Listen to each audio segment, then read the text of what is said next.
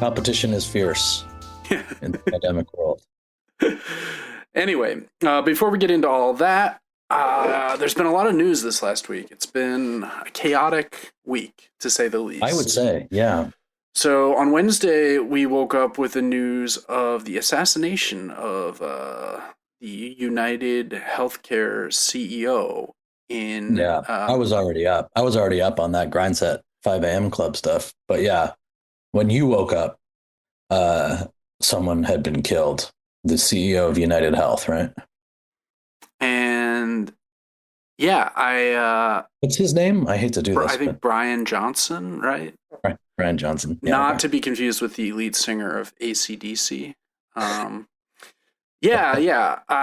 was confused momentarily because I remember we talked last week about my infamous run-in with Steven Spielberg, which of course was just a few short blocks away from where this assassination took place. And I used the assassination in class this week as a prompt to retell to the students my Spielberg anecdote.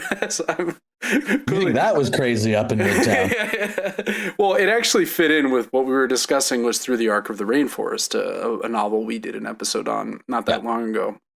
And talking about celebrity culture and sort of the celebrity CEO phenomenon. And this had happened the day before, so it seemed germane to just get the students read on what had gone down. And what was their general takeaway from the... I think pretty much in line with what we've seen on social media. I think even as college students, they have a pretty good sense of how utterly screwed up and unjust and unfair and broken our healthcare system is.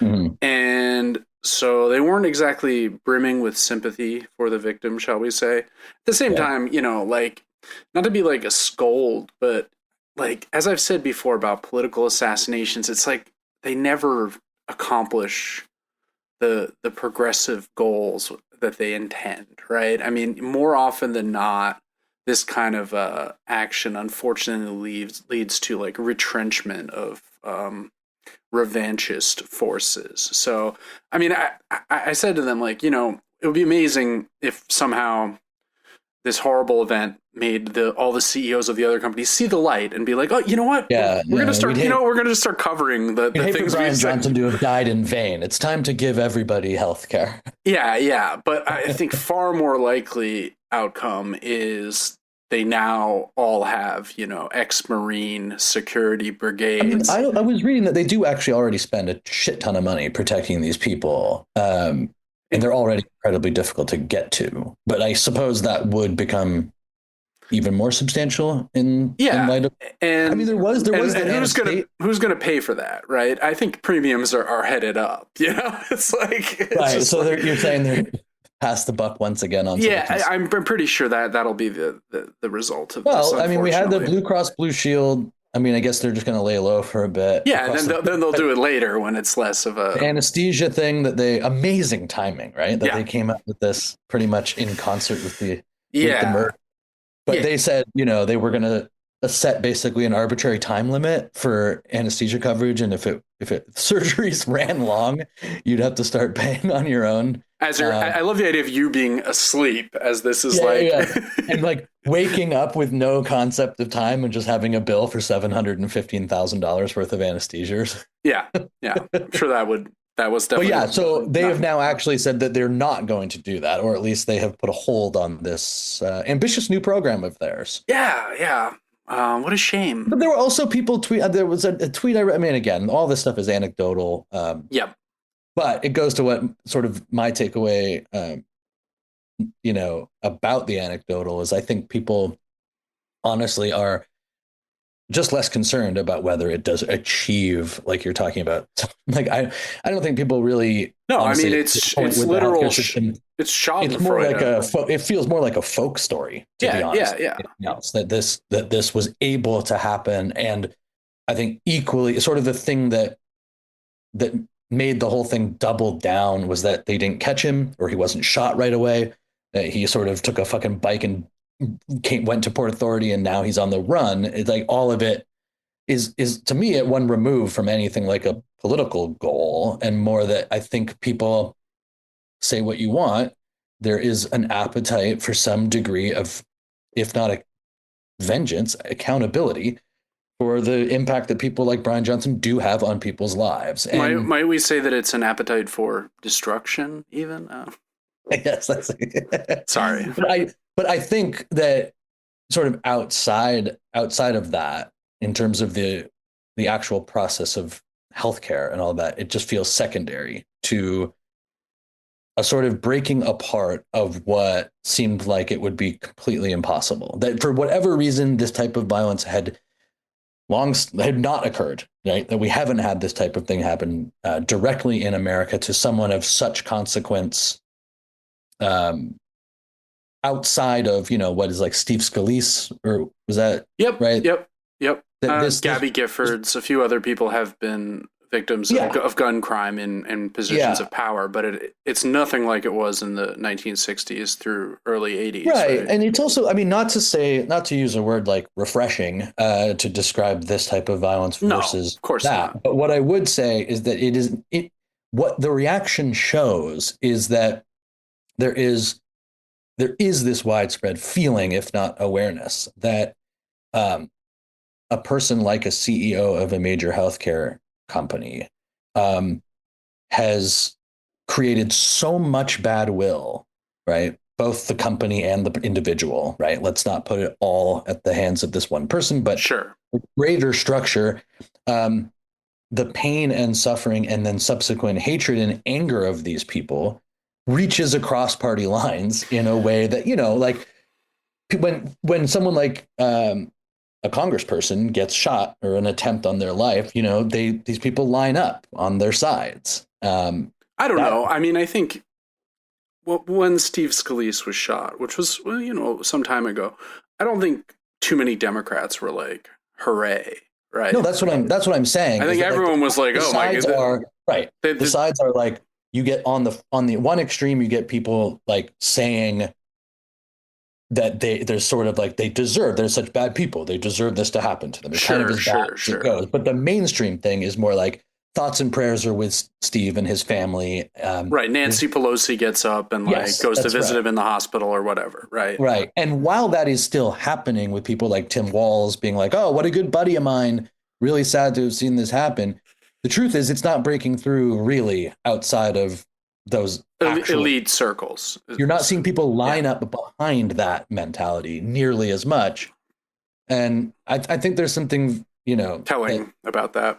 That also ultimately, to go back to a month ago, does reveal yet another serious missed political opportunity. Well, that was my big takeaway. It was like, oh, wow, look, there's this like enormously popular issue, which is radical reform of the healthcare system. Yeah. And both parties utterly whiffed on even talking about it substantively, right? I mean, there was the Harris campaign offered like vague, we will expand Obamacare or what have you, but no specifics.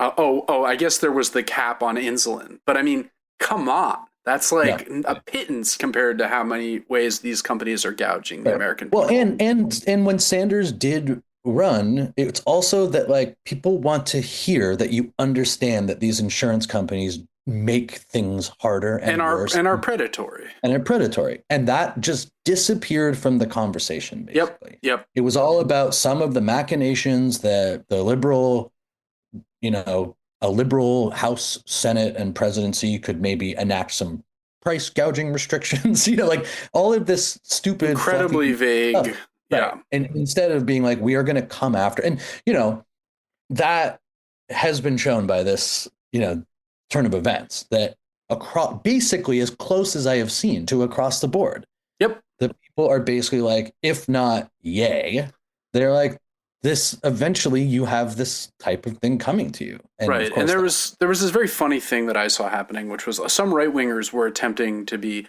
like, Taylor Lorenz published an article about this that was somewhat inflammatory. And everyone was like, oh, Taylor Lorenz wants to kill CEOs. This is the heart of the left, blah, blah, blah.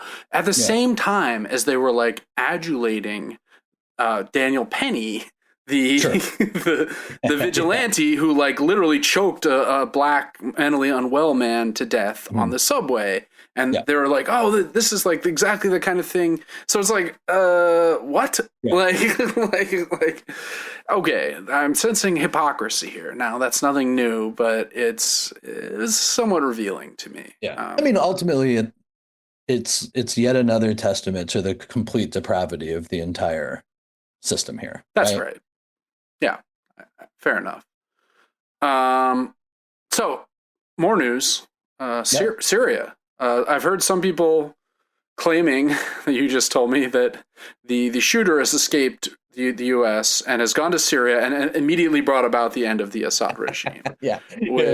He's some kind of time traveling Christ-like figure who's able to it's out of a sci-fi picture of some sort. Well, it is suspicious, dude. It's a little too quick. The timing is quite odd, right?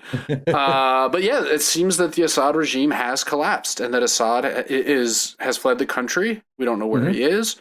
And after a 13-year civil war, the rebels are triumphant. Now, this is good. I think just on the face of it, it's good that a terrible dictator was overthrown. What follows is up in the air.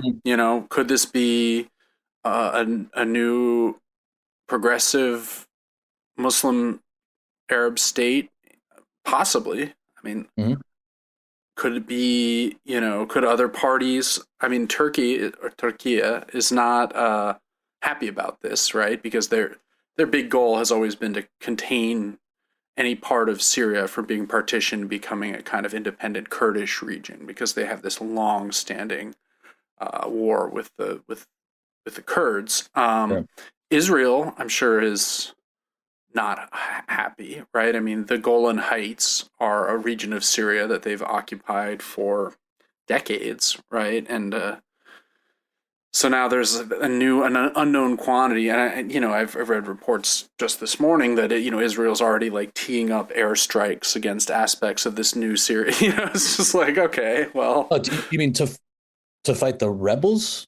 Well, the thing about it is there are many groups of rebels, right? They're not uniform, right? No, not at all. And I'm sure some of them are friendly with the Israelis. Some of them are very hostile to the Israelis. So.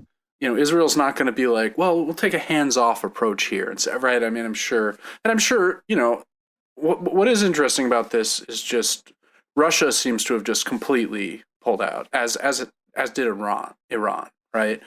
After propping up Assad for the entirety of this civil war, which is, I think we can point to like the Ukraine war, right? I mean, Russia is just taxed; they don't have the resources that they once did because they're putting so much of their military power and money into Ukraine. Iran probably saw the writing on the wall and it was just like, all right, well, live to fight another day in another area. Did you see Trump's response? No, I didn't. What did?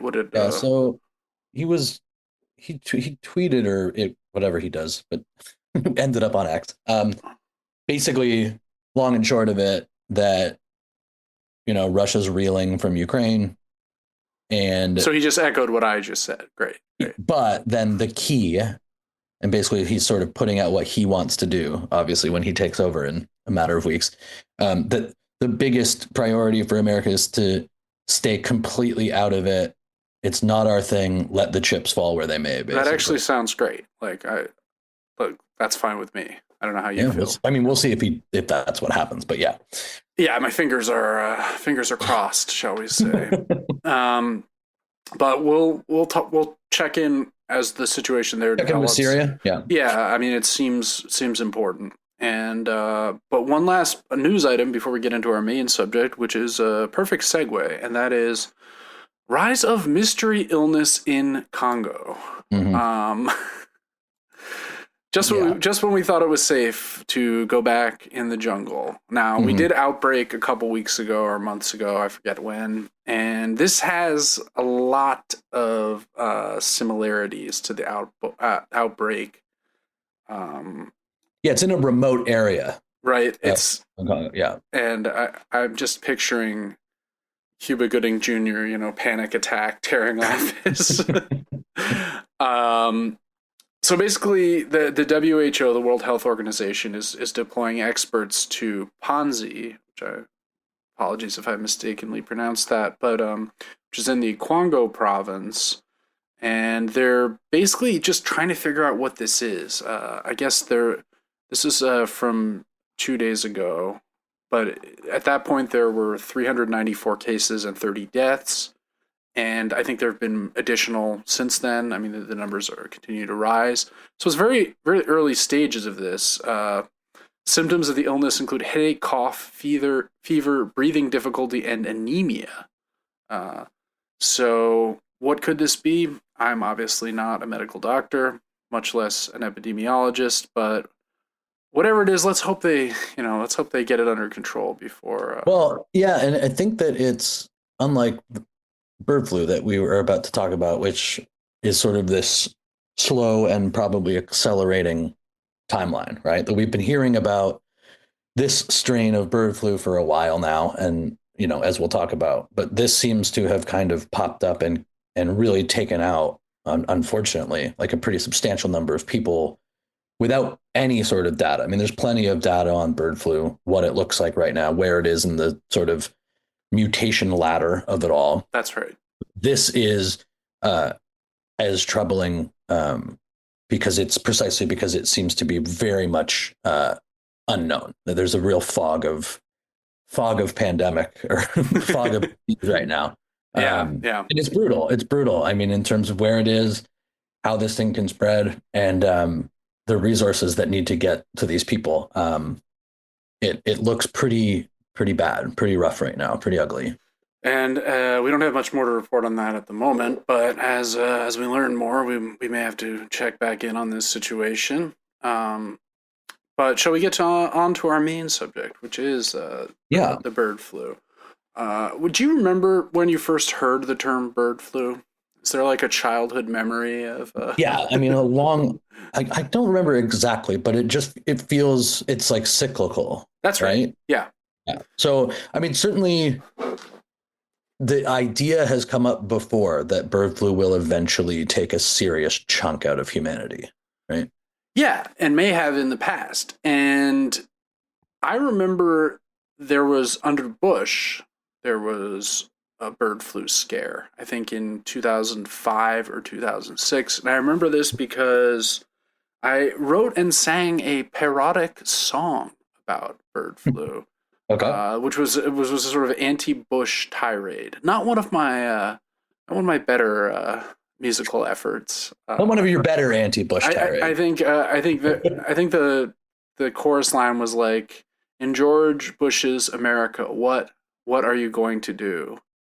Nothing at all. Just die of bird flu." So I've done better. I had my song about the Terry Schiavo situation was better. My Cindy Sheehan song, my Natalie Holloway song, not particularly political that one, but 2005 was a big year for me in comedic songs about serious subjects. Mm-hmm. If any of these songs were to leak now, I would probably be canceled for being what's the word? A monster. But it was a simpler time. 2005. We're posting these on Blogspot sites, and just mostly my friends. Back when you used to be able to say whatever you wanted, right? Right. Yeah. But so I remember it from back then. But like with SARS, which came around the same time, it seemed like a lot of hype and then kind of nothing. At least nothing for us in North America. But avian flu. Yeah, I didn't really differentiate it all that much from something like the West Nile virus. That's right. That's right. But I think the difference is that avian flu, if it goes, becomes transmissible. Supernova. Yeah, if it becomes widely transmissible between human beings, has the potential to be extraordinarily lethal. Yeah. Right. And we know this because zoonotic flu outbreaks have happened before throughout history.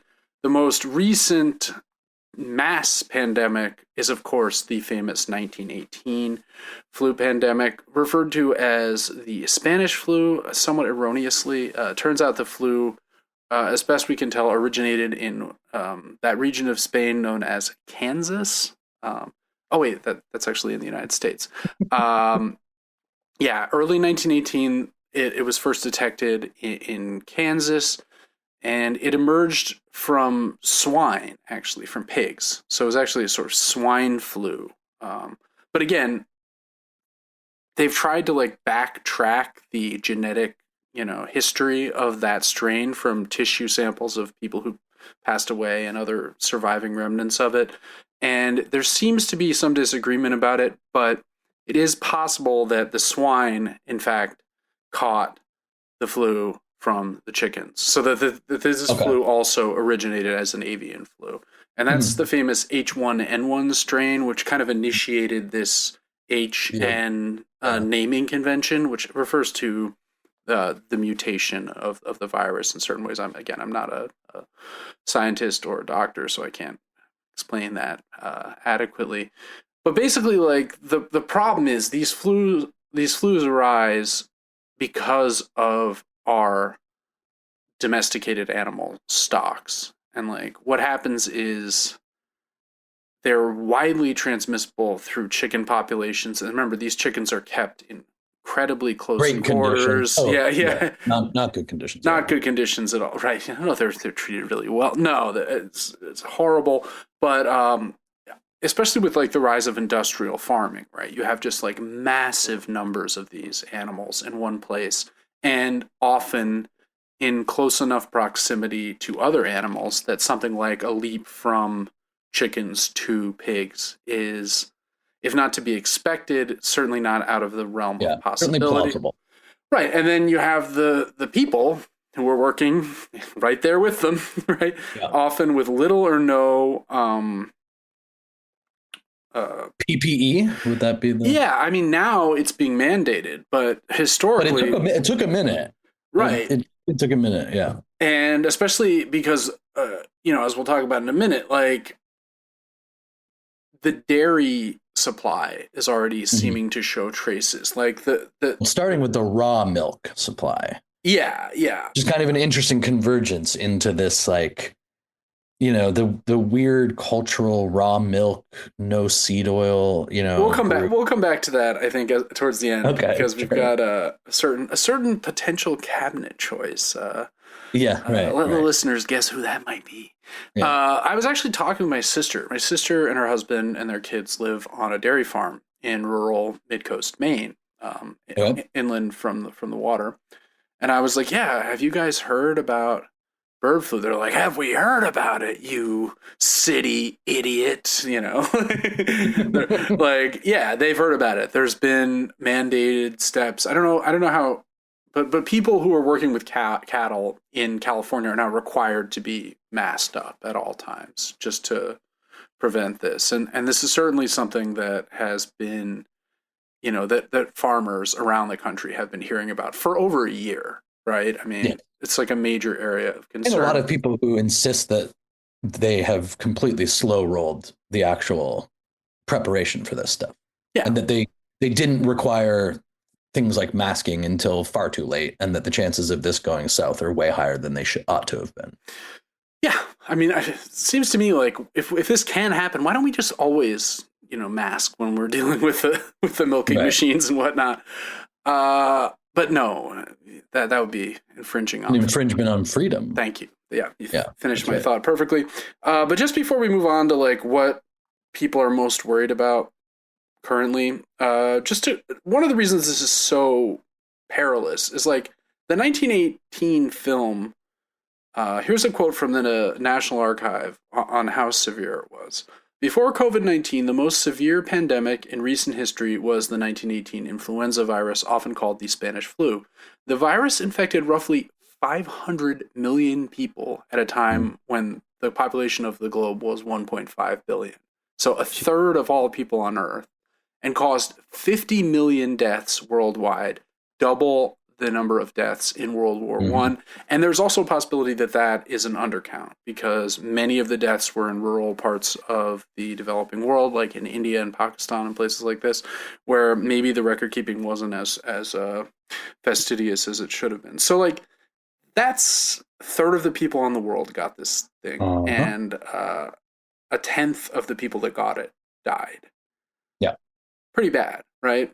I mean, it's pretty bad, and I think that it sort of speaks to something about the impact that COVID had. And I think that we are going to revisit some of the COVID stuff and the long COVID stuff as we go forward in the podcast. But for now, just say that like it's sort of the strange phenomenon of the way that is the reaction to COVID as it exists currently has refracted into this, whether it's people who are like, well, what are we going to do? We're going to mask forever and not going to live our normal lives. And people being like, actually, you're always getting COVID. You probably had COVID 17 times and you're all going to die at 49 years old or whatever the case may be. But one thing that seems to have happened is that as bad as it was, right, as bad as the management was, the preparation for it, the disaster, the amazingly tragic number of preventable deaths, all that stuff, that ultimately it didn't reach the scale of a thing like the Spanish flu. And it's almost as though it has has taken a very firm place in the public imagination of what a pandemic looks like, which is we will then go into a lockdown. It'll be very annoying. It'll be annoying. Oh my God. I have to wear my mask again on the airplane before I go home. Oh, but you know what? Now Trump is back in. We'll get a few stimmy checks while it's going on. I mean, maybe I'll get my weekly unemployment check for another year. You might even be like, oh, well, lockdown wasn't so bad. I'd go in and watch a bunch of seasons of Survivor, The Bachelor, which is how I spent my year. Bad news. Those seasons have been exhausted. I know. But you know what I mean? Like, I don't, in terms of, you don't obviously don't want to become like a totally pointless fearmonger, but like it's an interesting notion that we did go through something really traumatic and obviously very tragic for many, many people. But the possibility for something much worse is still out there. Right. And instead of it being this fear that is truly inconceivable, we have replaced it with our conception of what lockdowns and what pandemics are like through the lens of COVID. Does that make sense? It really does. Yeah. So instead of COVID being kind of like a warning of like the disaster to come potentially, it's now kind of like, this is what the disaster is. It's almost like put a cap on people's expectations. Right. It's put a cap on the expectations. It's also like you have a ton of people who have come around to the belief that these vaccines were actually a bad idea. People who didn't get vaccinated may have actually been right. And or people who still insist that it wasn't even real, like all of that stuff. But it's very difficult to then explain what something like bird flu might look like. And again, like we have said that about many diseases in the past, many bird flus, many, what could go wrong. The original SARS. Right. But the combination of the lack of resources, the lack of political will to do this all over again in anything like a better way, it's not there. On the one hand, people don't want to do lockdown again, right? They wouldn't want like a preemptive lockdown at all. And I'm not saying that's what should happen. What I'm saying is that weirdly, the political options for how to deal with bird flu aren't expanded by the fact that we experienced COVID. In fact, you could argue that they're being limited by that experience. Yep. Especially as the view of the virus and who created it, or whether it was real, or whether the vaccines were real, sort of took over the actual discourse, as opposed to like, how did we try to contain this disease? Did it work? What did we do well? What did we not do well? And what the hell would we do next time? And I obviously have been following the bird flu story for a minute now. I think this is in your wheelhouse, Michael. I mean, like as a hypochondria, known, like I'm a bit of a hypochondriac, and the COVID moment was strange at first. It almost felt like normalizing. Like, oh my God, I've been right all along. Almost not like that. Not like that. Not like that. More like I felt more normal that people were always worried that they might be dying. Yeah. You're like, welcome. Yes. Right. It's like I felt closer to the general social experience than otherwise. Right. So you were less alienated. You're like, oh, my people they've arrived. Right. But the thing that the thing that has got me right now is, again, I'm not fully in the rabbit hole of like, we are all going to die of bird flu, just to be clear. But what is getting me is that as I'm sort of reading more and more of the coverage, let's say, and that goes from the LA Times, who was reporting on some cases in LA, down to Twitter accounts like Outbreak Updates, down to like real as fuck patriots who like think that this is all some other massive conspiracy. Sure. But what I am seeing is that fear that I have, basically what I just talked about in terms of our options, make it so that it feels as though the chances of something very serious happening are actually at least as high as they would be if COVID had never happened, and actually might weirdly be higher. Yeah. And because I can already, like, I've spent a lot of time on Twitter reading replies of people to stories about never a healthy thing to do about any story. No, but I can't help myself. This is my wheelhouse, right? Yeah. And one of the common ones is just people right away being like, no matter what they tell you, do not get vaccinated against this. Now think about that. We're talking about, not only is there not a vaccine for this, just to be clear, there's nothing on the horizon to deal with this because it hasn't even mutated in the way that. Right. I mean, there are bird flu vaccines, but not for this strain of bird flu. Right. Yeah. But that's not like what these people are concerned about. What they're saying, what their response is basically like, they tricked us the first time with COVID vaccines, right? Don't let them trick you again if people start getting sick of this. Don't get fooled again, to quote. Right, don't get fooled again. And then if you have this disease that by a lot of accounts is like far more deadly. 50% fatal, right? Yeah. That's right.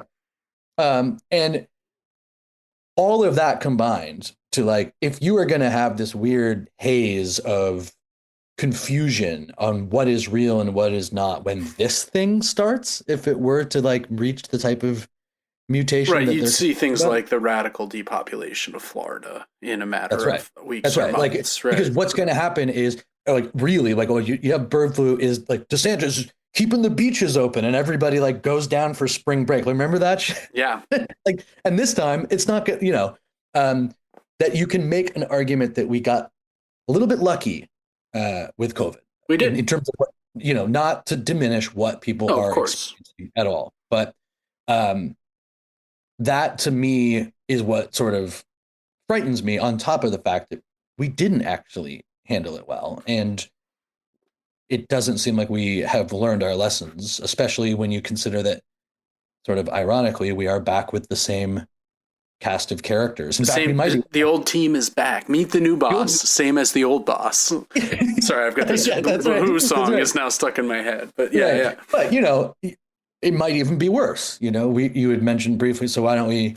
Well, before we do that, I mean, like, just one last thought is, the 1918 pandemic was so severe. And, you could say, oh, COVID. Well, COVID wasn't as bad. Look, for not 1 million people died plus in the US. Yeah, it's, it's negligible. But I mean, like, the reason that it wasn't as bad is because of the vaccines and because of like the preventative measures that were developed and the treatments for people who were suffering for it. Well, and that just, science wasn't in the place where that could be quickly done in 1918. Right. Yeah. And the idea that the vaccine was somehow like the bad part of COVID seems to me exactly the wrong message. And yet, as you say, like, we have RFK Jr. possibly coming in as the Secretary of Health and Human Services, right? Which has got to be some kind of like absolute nightmare scenario. Like, Yeah. I mean, it's the closest thing I would say to like a sick joke by a deity or the computer simulation of like running all of these numbers and coming up with a whole series of potential pandemic or diseases with this guy in charge. The only person I can think of would be worse somehow is the Hawk Tuah girl. I think she would be a worse secretary of. I hear she's in a bit of hot water with the crypto scheme. Oh, is she ever? Maybe we can do a news item next week about all of that. Yeah, but, they're calling it. There's something called a rug pull. Oh, it's a rug pull. It's a classic shitcoin rug pull. Classic rug pull. Right? And I mean, the fact that I even know what any of that means is probably a stunning indictment of the world in which we live, as stunning in its way as the RFK Jr. elevation, which is perhaps what made me think of this.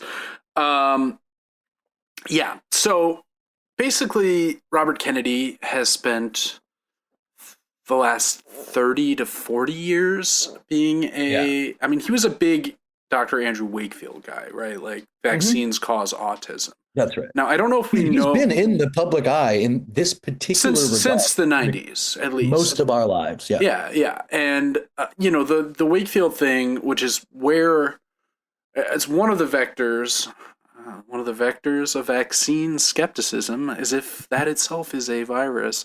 Ooh. Subtle. One of the vectors of it was this vaccines cause autism, which was all predicated on this very small study that was done in the UK by this Dr. Andrew Wakefield. And it was later found that the data was completely cherry picked. Like this was not a double blind study in the proper way. Also, it was very small. It was like extraordinarily small number of patients were examined in this study.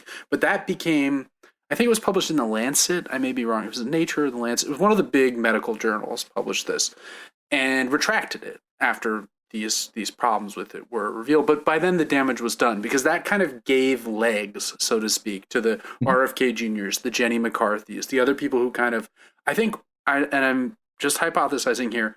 Look, I think having an autistic child can be very difficult for some people, especially, arrogant, high-achieving people who want their children to follow in their footsteps. It's like, oh, what caused this? It can't be me, so it must be some agency outside of me.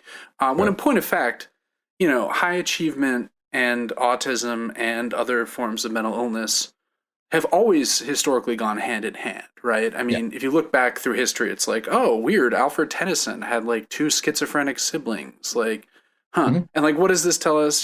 K. Redfield Jameson is the person to read on this, famous professor of psychiatry, who herself suffered from bipolar disorder and was still, a successful person. She wrote this book about it, where she goes through history and shows that like different forms of like things like autism, bipolar, like the siblings of people with these illnesses are often our great creative and scientific geniuses. Oh, really? Right? Yeah. So in other words, the genes that go into some of these things that are considered disorders, in the eyes of some, are also the same genes that activate, extraordinary creative powers, right? I mean, this is not, it's not uncommon. So, but the people that really latched onto this don't want to think about that. They want to think about someone else is to blame, and that someone else is, not someone else, something else. The MMR, mumps, measles, rubella vaccination children get when they're toddlers, right?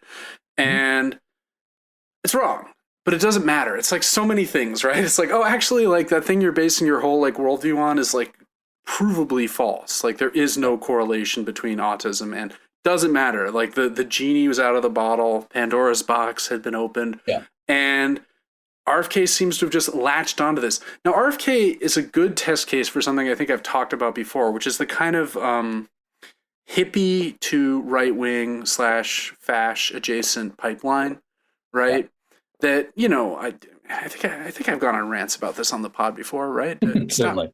But just the idea that like the hippies are considered these paragons of the left. Oh, they're anti-war. Oh, but on another level, hippies are conservative, right? Because it's a fundamentally conservative ideology about going back to nature that ties in with some conceptions of romanticism, right? That like the city is bad, the country is good. we can like back to the land. Yeah, exactly. There's something more authentic about that life, which is all very conservative, right? It's all very backward looking. It's all like, let's go back to, it's adjacent to like the trad trends in some ways as well, although a different, it's sexual politics. Different strain. Yeah, if you will. And with RFK, with COVID, we saw a lot of these people who we would have traditionally considered to be on the left emerging as right-wing QAnon influencers, right? And I mean, the QAnon Anonymous, the QAA podcast is really great on this, and I've done many episodes on the topic. And I see RFK Jr. as a kind of manifestation of that in our world, right? Yeah. And now he's made an alliance with Trump, much as the QAnon, movement sort of lionizes Trump. And it's bad. I don't. No, but I think it's a situation where, like, when I'm following the actual like process of containing the bird flu, right? So there's these unknown transmissions that are starting, right? Yep. This is where we are, where we're getting word that people in the case of Canada, there was 1 and 2 in California of children who didn't have any exposure to what were previously known to be the sources of like infected animals or what have you. That's right. And the thing that seems to have happened with COVID in particular, and the timing of this that seems so risky to me, is that there's this whole notion right now that's being perpetrated by the right and guys like Elon Musk that there's this clear mandate that was given to the government and the Doge of it all and Trump of it all by the election results. It was so clear. Look how clear the election. And like, this isn't the first time that's happened. Most incoming administrations try to build up how clear their mandate is. So that's not particularly new. But that mandate, right, is tied into things like anti-science whacks like Kennedy and the aggressive politicization of this things like the CDC, right? Yep. The idea of like Fauci. Fauci's a war criminal, right. essentially. And Nuremberg trial for Fauci, right? That's right.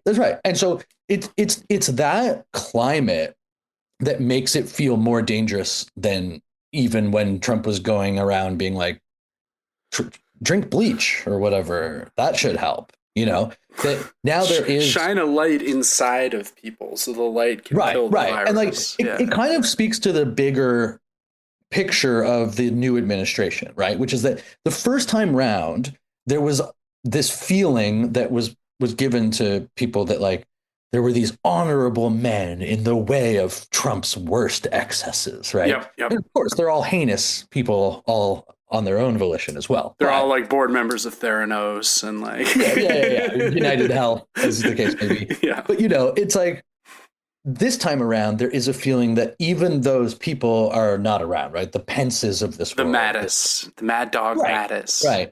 John Kelly. Yeah. What good man will stand up, right? And Fauci was portrayed by sort of liberal circles, right, as one of these great men that sort of like that like stood up and said, no, like this is real or whatever, right? Yeah. And now the fear is that people at the public health places and disease control places like have been so beaten down and marginalized and threatened, at anything from local town halls with people going absolutely nuts and getting doxing these people. All types of stories. And that if this does reach anything like, wow, we really do need to take some real public health measures outside of just the farms, that I don't really believe that it's going to be able to happen. Yeah, I think you're right. And this isn't the only thing. We've got a clip from. No, it is not the only thing. This is the other. Let's play this. What's the guy's name again? Dr. Peter Hotez, who's a pediatrician and public health advocate teaches at Baylor University Hospital, I believe. So we'll play the clip.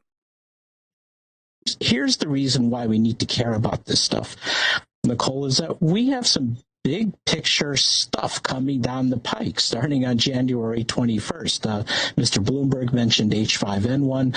That I'm really worried about. It's all over wild birds on the western part of the United States and going up in the north. It's getting into the poultry. We're seeing sporadic human cases, no human-to-human transmission yet, but that could happen. It's in the cattle, it's in the milk, and that's just the beginning. We have another major coronavirus likely brewing in Asia. We've had SARS in 2002, SARS-2, COVID-19 in 2019, and we know these viruses are jumping from bats to people thousands of times a year, but there's still more. We know that we have a big problem with mosquito-transmitted viruses all along the Gulf Coast, where I am here in Texas. So we're expecting dengue and possibly Zika virus coming back, or a Puche virus, maybe even yellow fever. And there's more. Then we have all this sharp rise in vaccine preventable diseases going up because of, in part, the anti-vaccine activism that's so prominent right now. We have a five-fold rise in pertussis cases, whooping cough over the last year, 15 measles outbreaks this year. We've got polio that's been in the wastewater in New York State. All that's going to come crashing down on January 21st on the Trump administration. We need a really, really good team to be able to handle this. Okay, so, is that all? Nothing to worry about. Yeah. Well, I don't know what these people are worried about. Yeah, this sounds fine. Look, Stu, but no matter what happens, do not get vaccinated. Do not let them. Especially not for yellow fever, which may be back, right? Yeah, Zika, so many of our old friends, dengue fever, that type. Yeah. While that is an incredibly, almost comically frightening clip that we just heard. How is it being interpreted?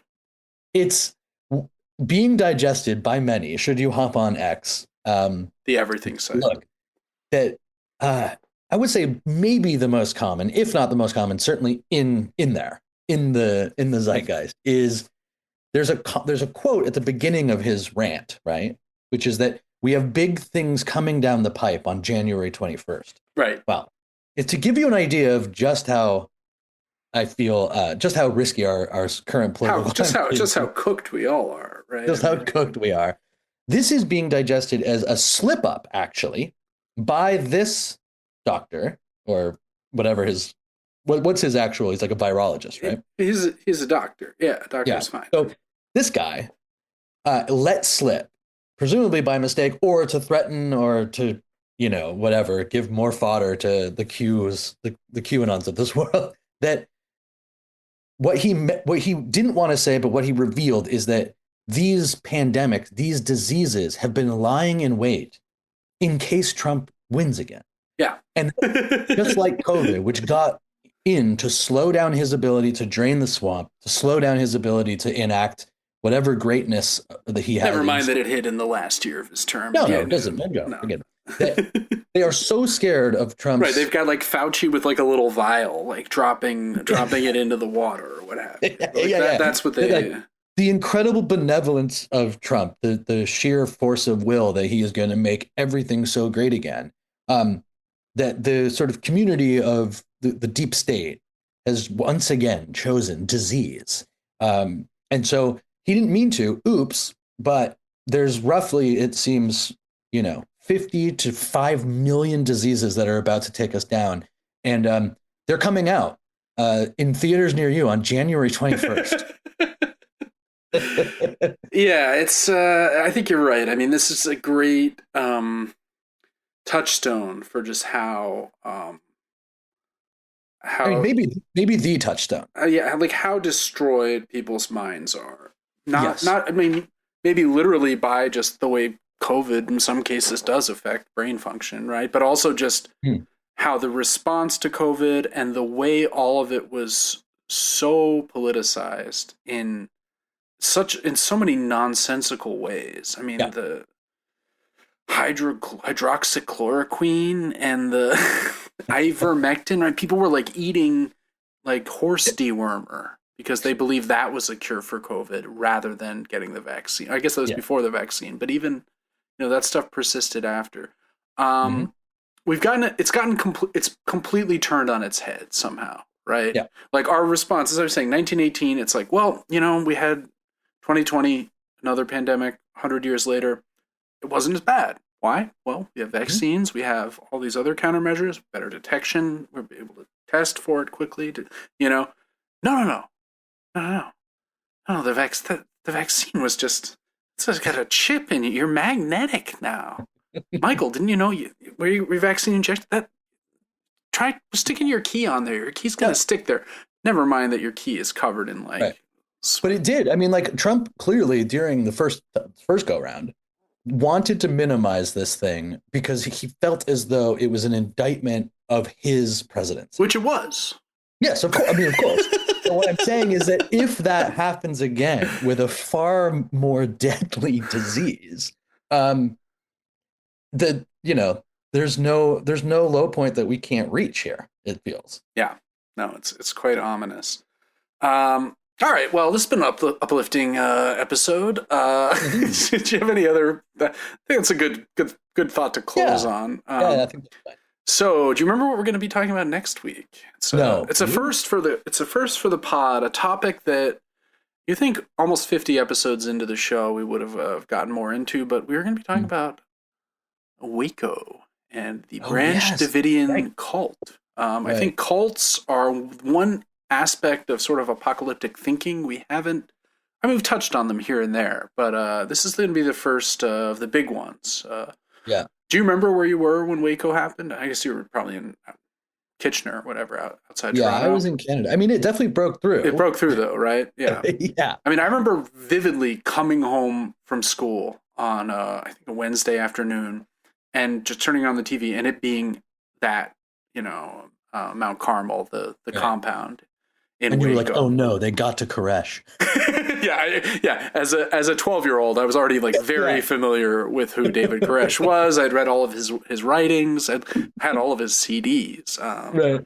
So we'll be talking about that and sort of, I think that ties in a way with what we've been talking about this week with the sort of rise of right wing, because this is another event that had repercussions beyond just the horrible tragedy of all the people burning to death at that. That's right. That compound. It's sure to be very uplifting. And in fact, I will say as a teaser, I actually did go to Waco. Oh, dude. I forgot. Yes. Yeah, oh, dude. While I was on stand-up comedy tour. Wait for you to tell that story. And I actually got a tour of Waco with one of the survivors. With a survivor who was the drummer in Was it Thibodeau? Yeah. His name is Thibodeau. Yeah. I think that's right. This is last. He was the one who helped with like the series and everything. Yeah. He's one of the main characters in the series. All right. Say no more. That is say no more. But in the meantime, if you'd like to follow us on Instagram, you can at the End of the World WMS. You can also leave us a review on the podcatcher of your choice, where you can also follow the show. And you can also leave comments on Spotify. You can send us messages on there's a mechanism in the episode descriptions whereby you can send us text messages. Yeah, and regular rates apply. But until next week, this has been the End of the World with Michael and Stu. I'm Michael. I'm Stu, and we will talk to you real soon.